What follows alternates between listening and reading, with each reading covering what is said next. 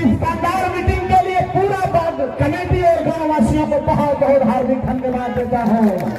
यह मीटिंग आज तय कर दी कि गाजीपुर नहीं, उत्तर प्रदेश नहीं, पूरे हिंदुस्तान में सबसे अधिक वोट से गाजीपुर का चुनाव हम लोग जीतने जा रहे हैं। और एक बात जरूर कहना चाहूंगा, यह भारतीय जनता पार्टी की सरकार है, यह झूठों की भाड़ मंडली की सरकार है, यह भाजपा वाले झूठों की मंडली है। दुनिया का पहला प्रधानमंत्री नरेंद्र मोदी है जो लाल किला से झूठ बोलता है और संवैधानिक पद को अंबेडकर साहब के संविधान को धज्जियां उड़ाकर गावे गावे भौरी चौका गा रहे मनोज सिन्हा जी।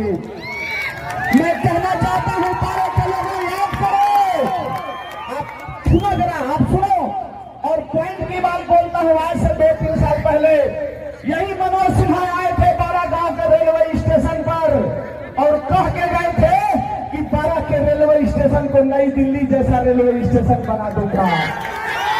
क्या बना? अरे जो ट्रेन रुकती थी वह ट्रेन भी रुकना बंद हो गया। इसलिए खुद और मतदार लोगों से सावधान रहो। एक तरफ मेरा नेता आदरणीय ओम प्रकाश और आदरणीय अफजाल अंसारी साहब कि संकट के दौर में विषम परिस्थिति की सरकार है, उसके बावजूद भी हमारे एमपी आदरणीय अफजाल अंसारी साहब ने टीएम जसवाई से पीछे की ग्रामीण से लेकर बारह तक की सड़क बना दिया। जिस सड़क पे आप चल के आए हैं, हमारे नेता 12 से 17 में जो किए तो किए, इस 22 के बाद जब हम लोग नहीं थे तो 12 गांव में पूर्व से दक्षिण, उत्तर से दक्षिण, नीचे से ऊपर तो ये ईंट नहीं लगाया। जब और आपने अपने बेटा ओम प्रकाश को 23 में चुनाव जिताया तो उसके बाद चाहे कारोडीर का रोड हो, चाहे इंटर कॉलेज का रोड हो, चाहे रेलवे स्टेशन का रोड हो, चाहे पावर हाउस हो, चाहे 12 का किसान भाई बैठे हैं, हमारे पूर्वी पश्चिमी कैनाल का सवाल हो, चाहे सुनीता रावत महिला बैठी हॉस्पिटल की कर्मचारी है, चाहे 12 का अस्पताल का सवाल हो, सभी के सड़कें हमारे नेताजी ने कराने का काम किया है। इसलिए आपसे कहना चाहता हूं, ये कहते हैं किसान निधि सम्मान योजना किसानों का आय दूना कर देंगे, ये धोखेबाज लोग हैं। समझो, जब इंडिया गठबंधन, जब यूपीए की सरकार थी तो अखिलेश यादव की सरकार में राशन फ्री था, रेट फ्री, मलगुजारी फ्री, बिजली फ्री।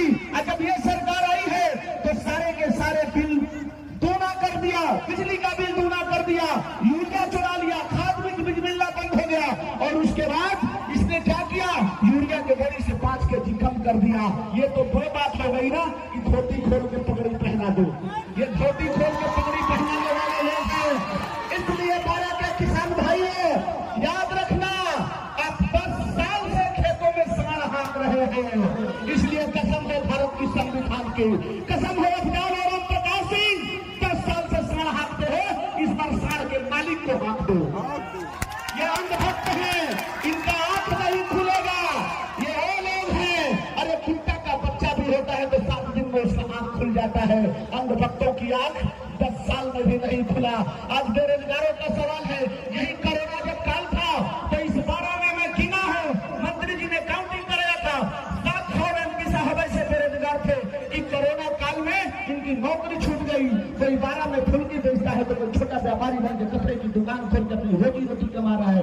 जब कल दिल्ली, कलकत्ता, मद्रास में था तो कामगार, श्रमिक और मजदूर के नाम से जाना जाता है और आज भाजपा वाले उनको हिंदू बनाने का प्रयास कर रहे हैं। इसलिए सावधान रहो, ये बेचने और खरीदने का गोल्ड मेडलिस्ट है।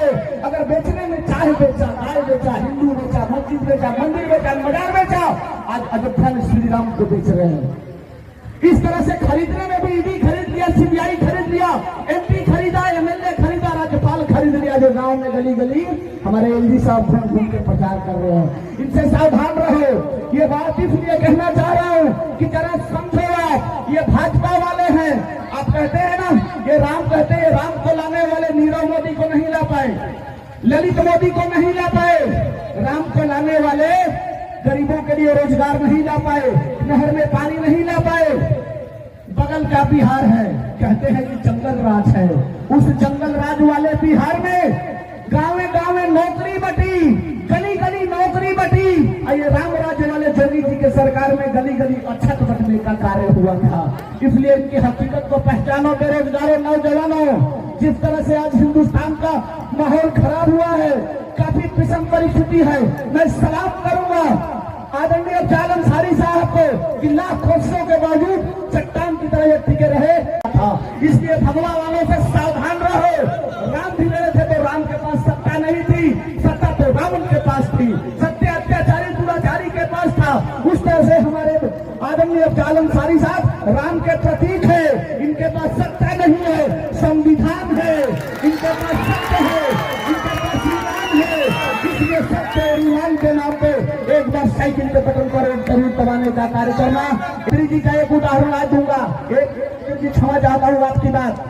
आज आपके दरवाजे पे एक व्यक्ति आया था तो बोला कि मंत्री जी मैं आपका मित्र हूँ और बहुत परेशान हूँ। बोले क्या बात है? बोले लड़की के लिए दबाव खेलने गया था, मन भर अच्छा दामाद नहीं मिला, पढ़ा लिखा नहीं मिला, इसलिए मेरी बेटी की शादी नहीं हो रही, बहुत परेशान हूँ, मेरी लड़की वेल एजुकेटेड है।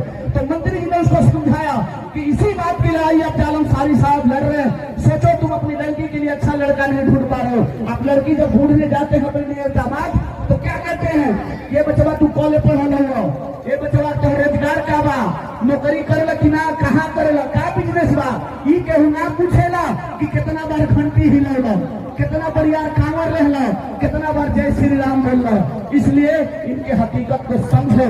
और एक गाना कह रहे थे, गा दे रहा हूँ कि जो राम को लाए हैं हम उनको लाएंगे। कहीं नहीं गए थे राम जो उनको लाएंगे, अफजाल को MP भी श्री राम बनाएंगे, अफजाल को MP भी श्री राम बनाएंगे।